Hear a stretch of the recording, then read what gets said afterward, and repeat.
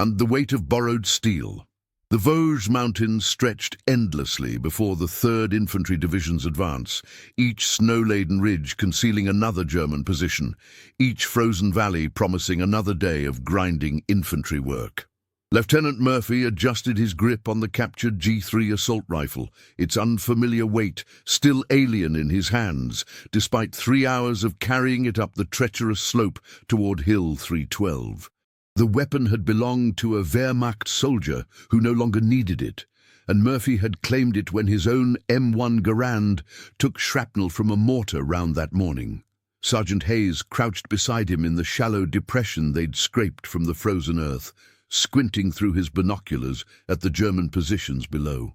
The intelligence briefing had promised a lightly held outpost, but the machine gun nests carved into the hillside told a different story.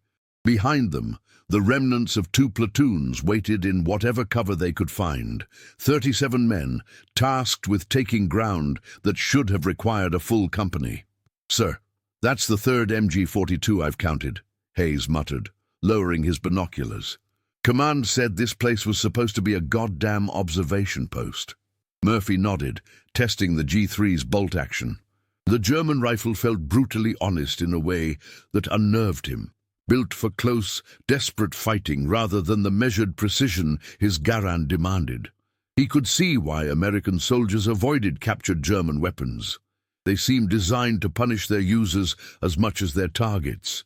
Each time he'd test-fired it during the morning's advance, the recoil had threatened to tear the weapon from his grip. The radio crackled with static from the company command post 2 miles behind them.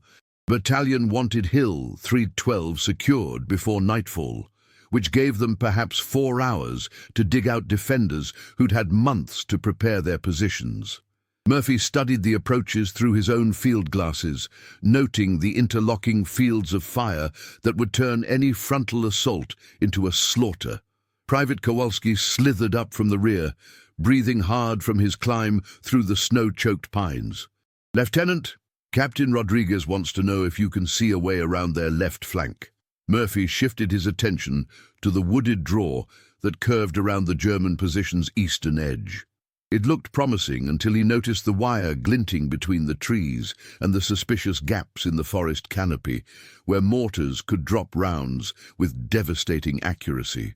The Germans had been here long enough to turn every natural advantage into a killing field. "Tell the captain we're looking at a frontal assault, unless he wants to spend 2 days working through that timber," Murphy replied. "And ask him about artillery support. These people aren't going to leave without persuasion." As Kowalski disappeared back down the slope, Murphy found himself studying the G3 again. Its previous owner had carved notches into the wooden stock. Whether to mark confirmed kills or simple days survived, Murphy couldn't say.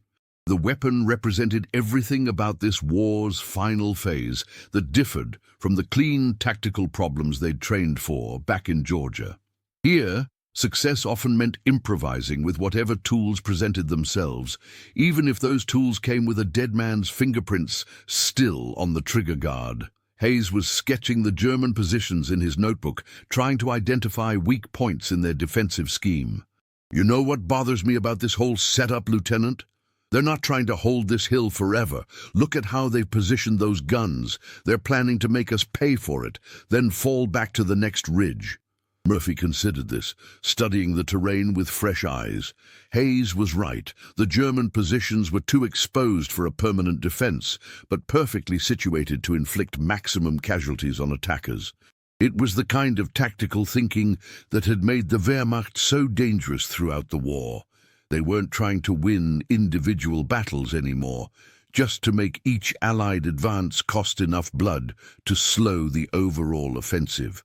The afternoon light was already beginning to fade behind the mountain peaks, casting long shadows across the snow-covered battlefield. Soon they'd have to move, ready or not. Murphy checked his watch and saw they had perhaps 3 hours before darkness made coordinated movement impossible. The G3 seemed heavier now, its alien weight a constant reminder that nothing about this assault would follow the textbook solutions they'd memorized in training camps that felt like another lifetime.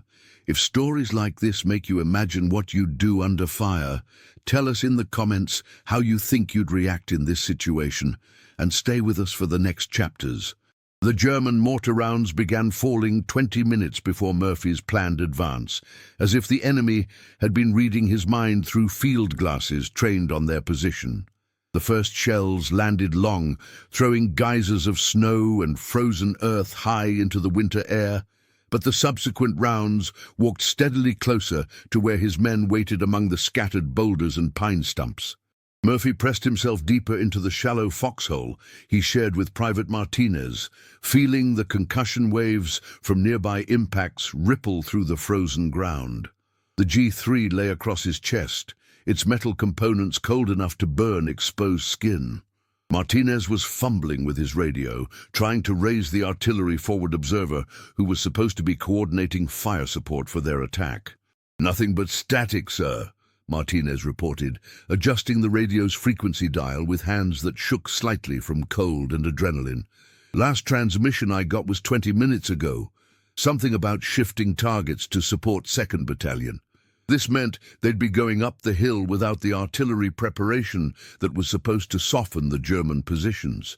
Murphy had seen similar breakdowns in communication during the fighting around Anzio, and in the initial Vosges operations, radio sets that worked perfectly in rear areas somehow became unreliable when lives depended on them. He suspected the Germans had learned to locate and target American radio operators with disturbing efficiency. Sergeant Hayes appeared at the edge of their position, crawling low to avoid the mortar fragments that whined overhead like angry insects. His field jacket was torn across the left shoulder, though Murphy couldn't tell if it was from enemy fire or simply the punishment of moving through the broken terrain that surrounded Hill 312. "Sir, I've got 8 men with less than half a clip remaining," Hayes reported, "and Kowalski thinks he twisted something in his ankle during that last barrage." Murphy nodded, calculating ammunition reserves against the time they'd need to clear the German positions. The mathematics of infantry combat always came down to such brutal simplicities: bullets, time, and the declining number of men able to carry rifles uphill. He'd learned to perform these calculations automatically, though the results never became easier to accept. The mortar fire ceased abruptly, leaving a silence that felt heavier than the explosions. Murphy knew this meant the German infantry was preparing to advance, using the same tactical doctrine that American forces employed: suppressive fire followed by movement. He raised his head cautiously above the lip of his foxhole and saw figures moving through the trees below, advancing in the practiced bounds that marked experienced troops. "Contact front," he called softly, and heard the word passed along to the scattered positions where his men waited. The G3 felt different now that actual combat was seconds away. Less alien, more like a tool he might be able to master if desperation provided sufficient motivation. The first exchange of fire lasted perhaps 90 seconds, long enough for Murphy to understand that his force was badly outnumbered and that the German advance was merely a probing attack designed to test American strength and positions. When the enemy fire slackened and the grey-clad figures melted back into the forest, Murphy found himself holding the G3 with new familiarity. Its brutal recoil had become manageable once he'd learned to lean into it, rather than fighting its violent nature. Martinez was trying the radio again, cycling through frequencies in search of anyone who might coordinate support. "I'm getting something from regiment, sir. Sounds like they want a situation report." Murphy took the handset, knowing that any report he transmitted would be filtered through multiple layers of command before reaching officers who could actually influence events on Hill 312. The radio was another symbol of the gap between headquarters planning and frontline reality, a device that connected him to a world of clean maps and neat tactical symbols, rather than the mud and cordite that constituted his actual environment. "Overlord 6, this is Ranger 2-4, he transmitted. "We have contact with estimated company strength enemy force. Requesting immediate artillery support, grid reference follows."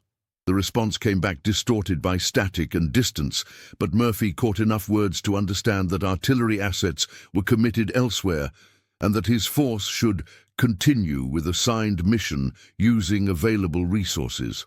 He handed the radio back to Martinez, unsurprised by headquarters' inability to provide the support his situation clearly required. Word reached them through Private Henderson, who'd been serving as runner between Murphy's position and the company command post. 2nd Battalion had run into heavy resistance 3 miles south, and regiment was diverting all available artillery to prevent what looked like a German counterattack developing in that sector. This left Murphy's force to take Hill 312 with rifle fire and whatever grenades they could carry up the slope. Henderson was breathing hard from his climb through the snow, his face flushed with exertion, and something that might have been relief at reaching friendly positions alive. Captain Rodriguez says to hold what we've got until he can get more ammunition forward, sir. Maybe pull back to that tree line we passed this morning. Murphy studied the suggested fallback position through his binoculars, noting how it would surrender the tactical advantage they'd gained through 6 hours of careful advance. Pulling back meant allowing the Germans to reinforce Hill 312, turning tomorrow's assault into an even bloodier proposition. It also meant admitting that his reduced force couldn't accomplish what 2 full platoons had been assigned to do. The G3 lay beside him in the snow, its dark metal components already accumulating a thin coating of ice crystals. Murphy had fired perhaps 40 rounds through the weapon during the morning's skirmishing, enough to understand its rhythm, but not enough to trust it completely. German weapons had a reputation for reliability, but he'd seen enough captured equipment malfunction at crucial moments to maintain healthy skepticism about any rifle he hadn't carried for months. Sergeant Hayes had been moving between positions, checking on ammunition and morale among the scattered squads that represented their remaining effective strength. When he returned to Murphy's foxhole, his expression carried the kind of professional grimness that meant bad news delivered in careful, understated language. "Sir, we've got maybe 30 minutes of sustained fire if they come at us hard," Hayes reported. "After that, it's going to be grenades and bayonets. Thompson thinks we can hold this position for an hour, maybe 2 if we're lucky with their timing." Murphy nodded, understanding that Hayes was giving him an opportunity to make the reasonable decision. Pulling back preserved his force and avoided the kind of casualties that would haunt surviving officers for decades. Staying meant gambling everything on the chance that 37 tired infantrymen could accomplish what regimental planning had assigned to twice their number. The radio crackled again, Martinez adjusting the antenna to improve reception of what sounded like a transmission from battalion headquarters. The voice was distant and punctuated by static, but Murphy caught references to holding assigned objectives and maximum effort. Headquarters remained committed to taking Hill 312 before nightfall, regardless of the tactical complications that had developed since morning. Martinez handed him the microphone, with an expression that suggested he'd prefer not to be the messenger for whatever Murphy decided to transmit. The radio represented another connection to the world of clean decision-making, where officers studied maps rather than counting remaining ammunition clips. Murphy keyed the microphone, choosing his words carefully. "Overlord 6, Ranger 2-4 is prepared to continue assigned mission," he transmitted. "Will advise when objective is secure." The response was immediate and professionally enthusiastic, thanking him for his aggressive leadership and promising that successful completion of this mission would be noted at regimental level. Murphy handed back the microphone, understanding that his decision had just committed 37 men to an assault that would either succeed through remarkable individual courage or fail catastrophically.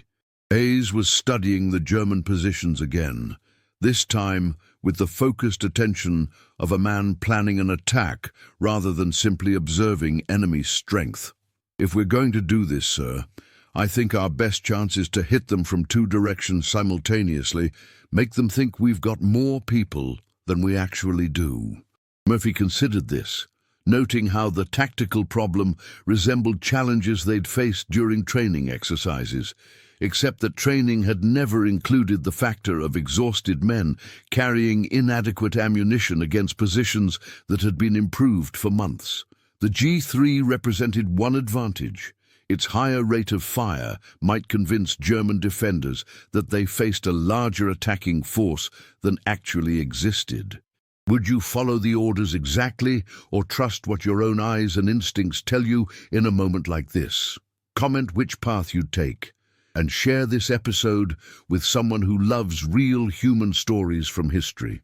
Murphy's assault began at 15:47 hours, announced by the flat crack of his borrowed G3 as he fired the first burst toward the machine gun nest that dominated the eastern approach to Hill 312.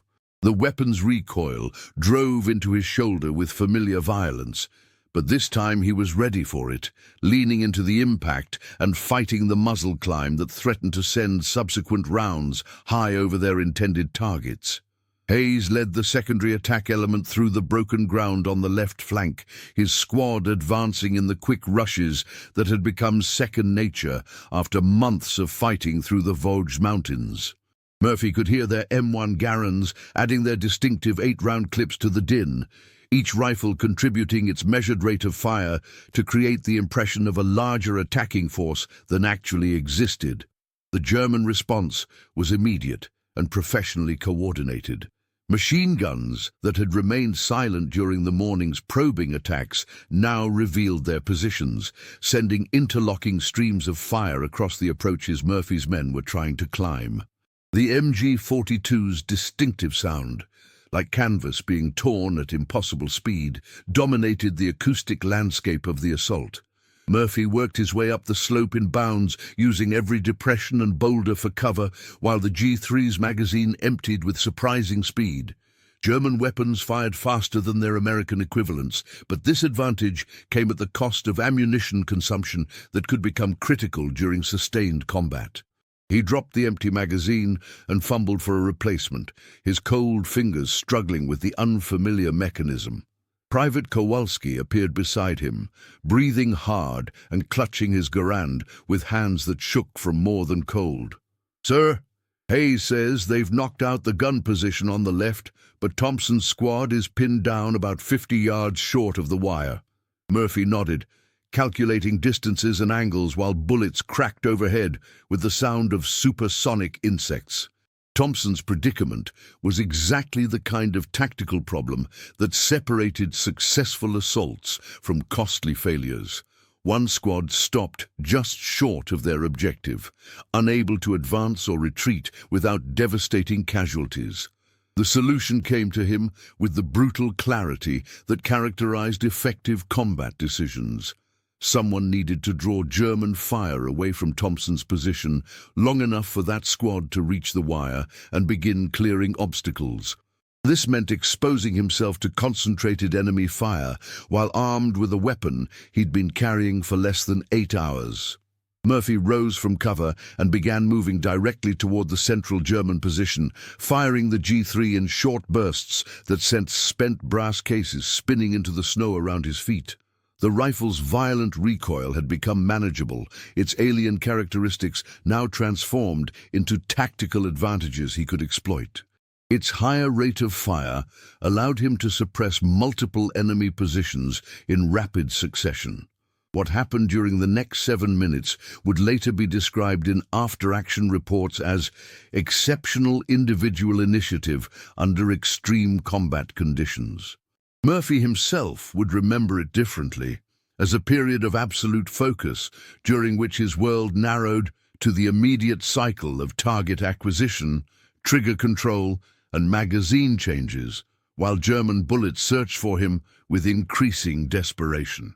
He reached the wire obstacle surrounding the German positions just as his fourth magazine ran dry. Behind him, Thompson's squad was advancing again, their movement covered by the suppressive fire Murphy had drawn onto himself.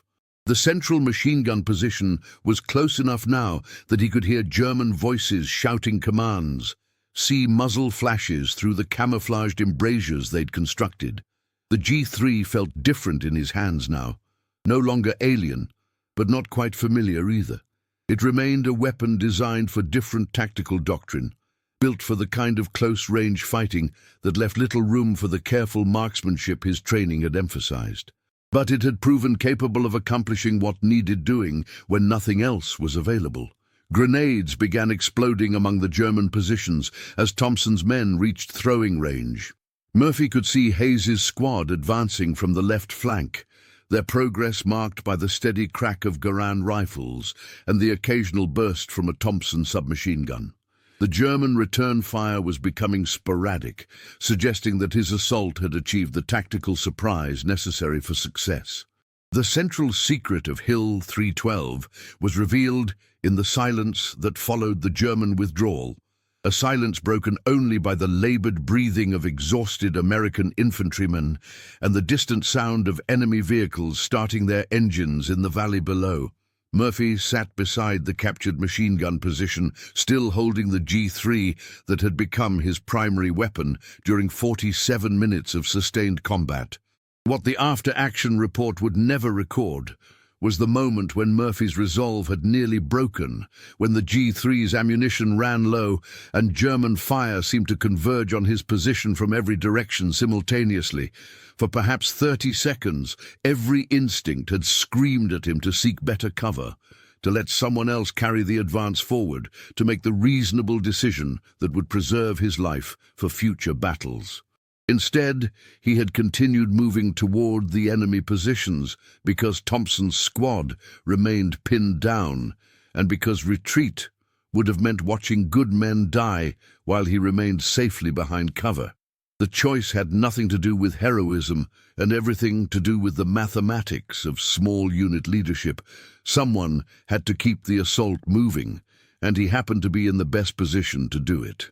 Sergeant Hayes appeared at his elbow, breathing hard and grinning with the kind of exhausted relief that followed successful attacks. "Sir, we've got the hill." Germans pulled back in good order, left some equipment behind, but took their wounded with them.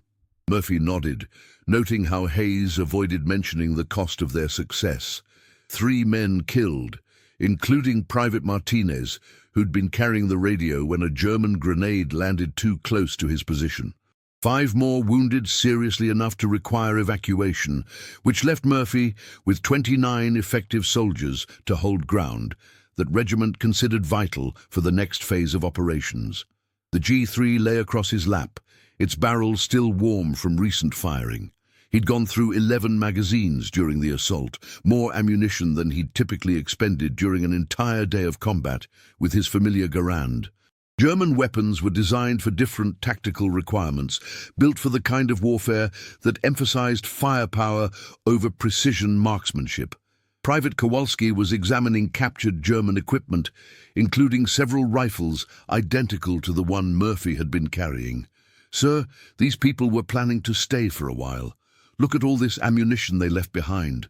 Murphy stood and walked to the edge of the German positions, studying the view they'd commanded over the approaches his men had been forced to climb. From this vantage point, the morning's assault looked suicidal. 37 men advancing across open ground against prepared positions, held by an enemy that had enjoyed months to improve their defensive arrangements. The radio in Hayes's hands crackled with transmissions from regimental headquarters, requesting situation reports and casualty figures. Soon Murphy would need to translate the morning's chaos into the clean language of military reports, transforming individual acts of courage into statistics that could be processed by staff officers who measured success through map coordinates and ammunition expenditure rates. But first, he needed to understand what had actually happened on Hill 312. The G3 had performed better than expected, its brutal characteristics proving advantageous during close-range fighting that left little room for the careful shot placement his Garand training had emphasized. More importantly, his men had proven capable of accomplishing objectives that seemed impossible when viewed from the safety of command posts miles behind the front lines. Thompson appeared beside him, his left arm in an improvised sling but otherwise intact. "Sir, I wanted to thank you for that covering fire. We'd have been stuck in that wire all afternoon without someone drawing their attention away from us." Murphy accepted this quietly, understanding that Thompson was acknowledging more than tactical support. Combat created debts that could never be fully repaid, obligations between men who had shared moments when survival depended entirely on someone else's willingness to accept unreasonable risks. The G3 would go into his equipment report as captured enemy weapon, utilized during assault operations. The citation would mention his exemplary leadership under fire and his tactical initiative in securing assigned objectives. Neither document would capture the 30 seconds when he'd nearly chosen survival over responsibility, or the weight he'd carry for decades afterward whenever he remembered the faces that didn't make it off Hill 312. 3 weeks later, Lieutenant Murphy sat in a replacement depot near Strasbourg, watching new soldiers practice field stripping the same model G3 he'd carried up Hill 312. The weapon had been returned to Division Ordnance after the action, catalogued as captured equipment and distributed to training units where it would teach American soldiers about German small arms characteristics. The official citation had arrived 2 days earlier, commending his exceptional valor and tactical leadership during assault operations in the Vosges Mountains sector. The language was professionally precise, transforming 47 minutes of terror and exhaustion into sentences that could be read aloud at ceremony formations. Murphy had folded the document and placed it in his footlocker, next to letters from home that seemed to arrive from a different world. Sergeant Hayes had been promoted and transferred to a replacement training company, where his experience would prepare new lieutenants for the kind of fighting they'd encounter during the final push into Germany. Before leaving, he'd stopped by Murphy's quarters to share a cigarette and avoid talking about Hill 312 directly. "Sir, I've been thinking about that morning," Hayes had said, studying the glowing ember of his cigarette with unusual attention. "About how you kept us moving when everything should have told us to find better cover." Murphy had nodded, understanding that Hayes was trying to process memories that didn't fit comfortably into the tactical frameworks they'd learned during training. Combat created experiences that resisted neat categorization, moments that could only be understood by men who had shared similar tests of character under fire. Now, watching the replacement soldiers struggle with the G3's unfamiliar mechanisms, Murphy found himself remembering the weapon's weight. During those crucial minutes when German fire had seemed to converge on his position from every direction, the rifle had become manageable only when desperation provided sufficient motivation to master its violent characteristics. A young second lieutenant approached his table in the mess hall, introducing himself as Thompson's replacement in what remained of Murphy's original company. The new officer was fresh from the States, his uniform still bearing the crisp creases that marked recent graduates of officer candidate school. "Sir, I've read the after-action report from Hill 312, the lieutenant said. "I was hoping you might have some practical advice about using captured enemy weapons in combat situations."